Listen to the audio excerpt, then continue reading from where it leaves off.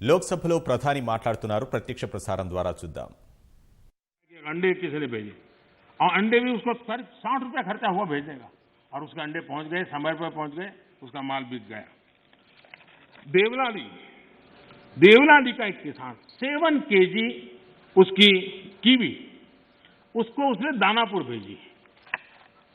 भेजने का खर्चा 60 रुपीज हुआ, लेकिन उसको 7 किलो की कीवी का अच्छा बाजार मिला और दूसरे राज्य से जाकर के मिला।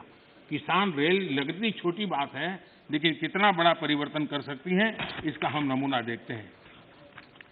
माननीय अध्यक्ष जी, चौधरी चरण सिंह जी ने एक किताब लिखी है, भारत की अर्थनीति।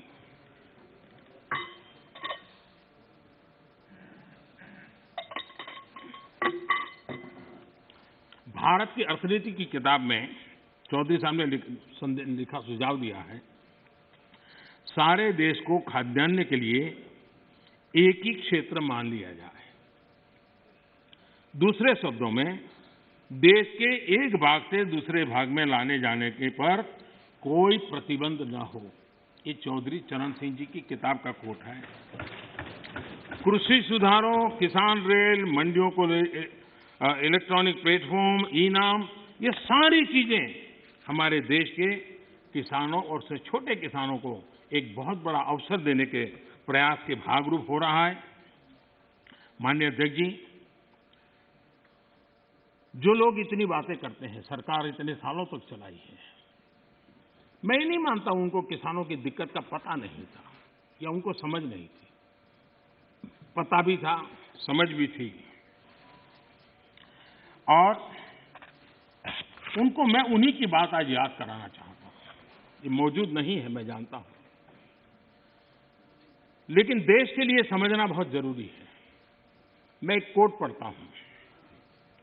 The state took initiative to amend their state APMC act in the year 2005 itself, providing for direct marketing, contract farming, setting up of a private market, consumer farmer markets, e-trading, and notified the rules in 2007 to implement the amended provision. In fact, 24 private markets have already come up in the state. ये किसने कहा था? ये APMC act बदल लिया है।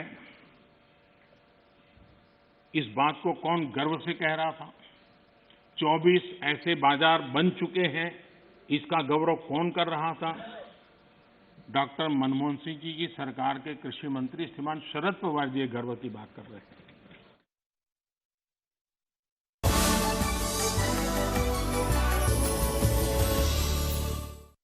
లలిత జ్యువెలరీకి మిగతా నగల షోరూంలకు తరుగులో ఎంత డిఫరెన్స్ తెలుసా? చెక్ చేస్తే అదిరిపడతారు. ప్లీజ్ చెక్ చేయండి.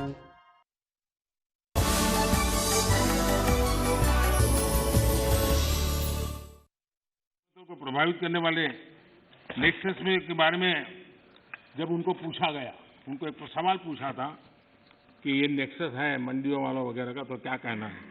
तो शरद पवार का एक दूसरा जवाब है, वो भी बड़ा इंटरेस्टिंग है।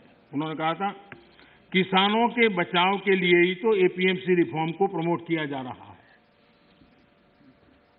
ताकि किसानों को एपीएमसी मंडियों का विकल्प मिले। जब ज्यादा व्यापारी रजिस्टर होंगे, तब स्पर्धा बढ़ेगी और मंडी में सांठगांठ इससे खत्म होगी। ये बात उन्होंने कही है, और इसलिए मैं समझता हूं कि इन बातों को हमने समझना होगा।